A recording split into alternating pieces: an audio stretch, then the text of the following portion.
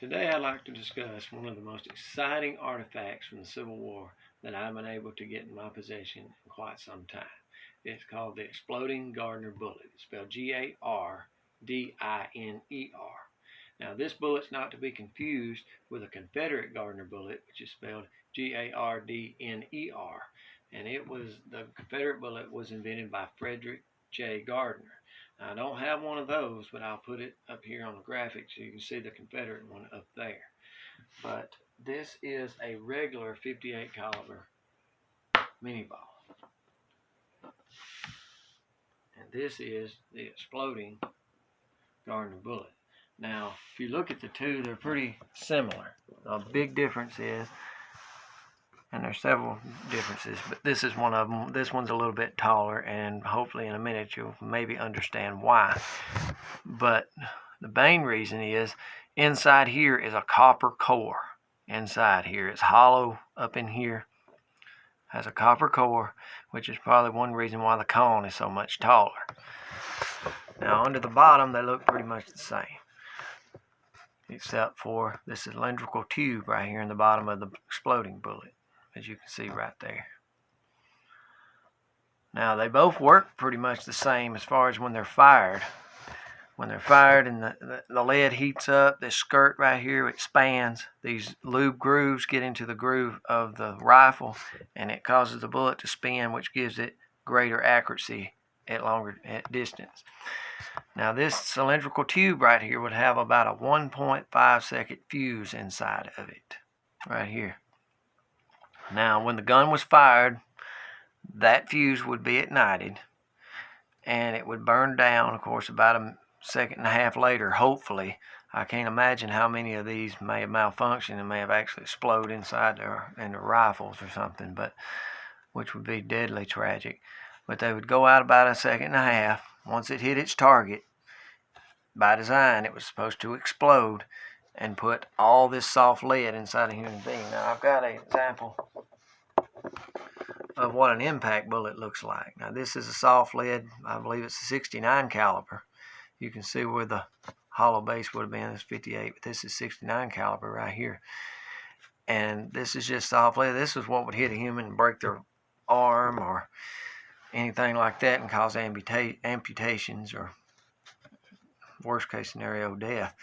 But could you imagine this coming out, hitting a human being, exploding, causing all that damage to a human being? Now, the soldiers in the Civil War didn't like these. A lot of them discarded these, because as you can see here, I got a makeshift look at what a 58 caliber round would have been packaged like back in the Civil War. You had your bullet in here, your powder back here. You can rip this off with your teeth, pour it down in the gun, take your ramrod, push the bullet down in there, and then of course when the gun was fired, it would ignite this powder and send this projectile out. But could you imagine carrying 30 of these and something like this around with you? It'd be like carrying 30 bombs around in your pouch. And a lot of times they'd have about 25, 30 rounds in there of these things. I couldn't imagine carrying around like that. And I'll get back to that in a second.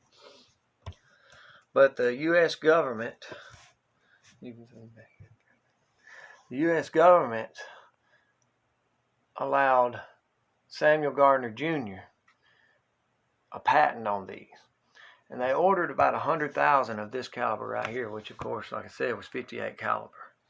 Now if you look at the bottom of it, you probably can't read it, but on the bottom it has S. Gardiner patent secured, and this one's pretty eat up from being in the ground for over 150 years, so it's not going to show up so well. But some of the non-fired examples you can buy, you can really read it. But they ordered about 100,000 of the 58 caliber, and they ordered about 18 to 20,000 of the 52 caliber. Now they issued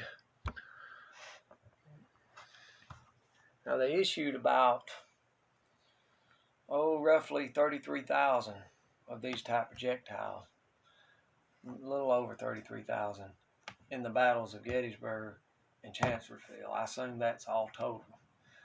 So that left several thousand that weren't issued at all. But at Gettysburg, there's several stories of this bullet. Stories of this bullet that the soldiers just didn't like them. Some of them just discarded them, like I said, because they didn't want to risk them blowing up. Now, in the 2nd New Hampshire, a shell struck a corporal in Company C, and the shell burst on the cartridge box. Now, when it hit his cartridge box, which would have been down by his side, the shell fragment was hot. It hit his cartridge box. It caused the box to explode. So when the box exploded, naturally all these that were in here, that set the powder off in here, it set this off. Second half later, which is like that basically, they blew up. They got all in him, and he of course hit the ground, and those little mini balls like this were exploding, and his, what they call his quivering body, was laying on the ground. Now almost instantaneously another shell fragment hit another, I believe it was a sergeant, and it hit his box, but he was able to quickly rip his off, and he escaped with just a severe wound. Of course, the corporal, there was no help for him. It took him out. Now, you look at this again, see the bottom right there. Now, as I said, a lot of officers, a lot of soldiers, even Lincoln's own officer had once said that, isn't it enough to shoot a man with a bullet? Now we have to shoot and explode him with one. So you can tell that the men that had to use these had enough respect for their enemy, no matter who it was, whether the Confederates had it or the Union had it, that they didn't want to use this bullet because they felt like it was inhumane. So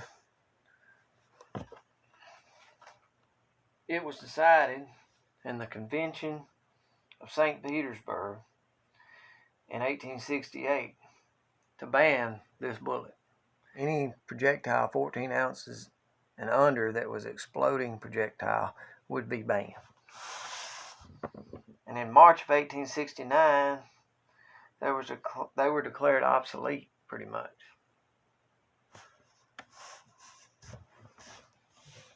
So the federal government, once they were deemed obsolete and everything, they decided to destroy what was left. Now, we don't know exactly how many of them survived the Civil War. I know I have one of them. They're one of the most rare bullets you can find. As you can imagine, they're not that cheap. But as compared to other bullets, you can get this bullet for around sometimes $9 to $12. These right here are considerably much more because they're more rare. But we don't know how many survived. We know that over 33,000 were issued for 2 battles of Gettysburg and Chancellorsville. And a lot of them were discarded, which is probably why this one was found.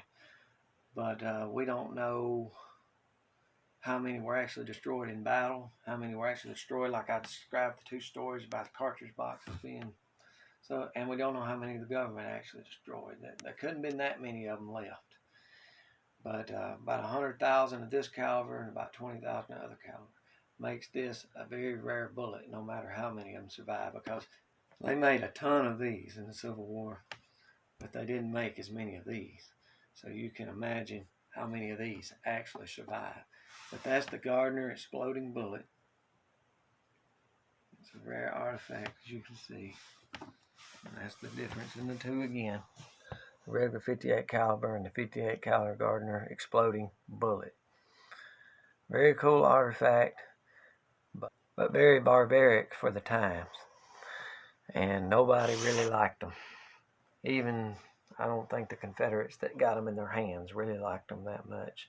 So they were eventually banned from production. I hope y'all enjoyed this video today. It's a pretty cool artifact. Thank y'all for watching. I've been putting a couple of videos on YouTube under, I think it's called History Post. Y'all can look that up. Please like and subscribe. Thank y'all for all the nice comments on Facebook. You can even drop me some comments on YouTube as well. I appreciate it. Thank y'all. God bless.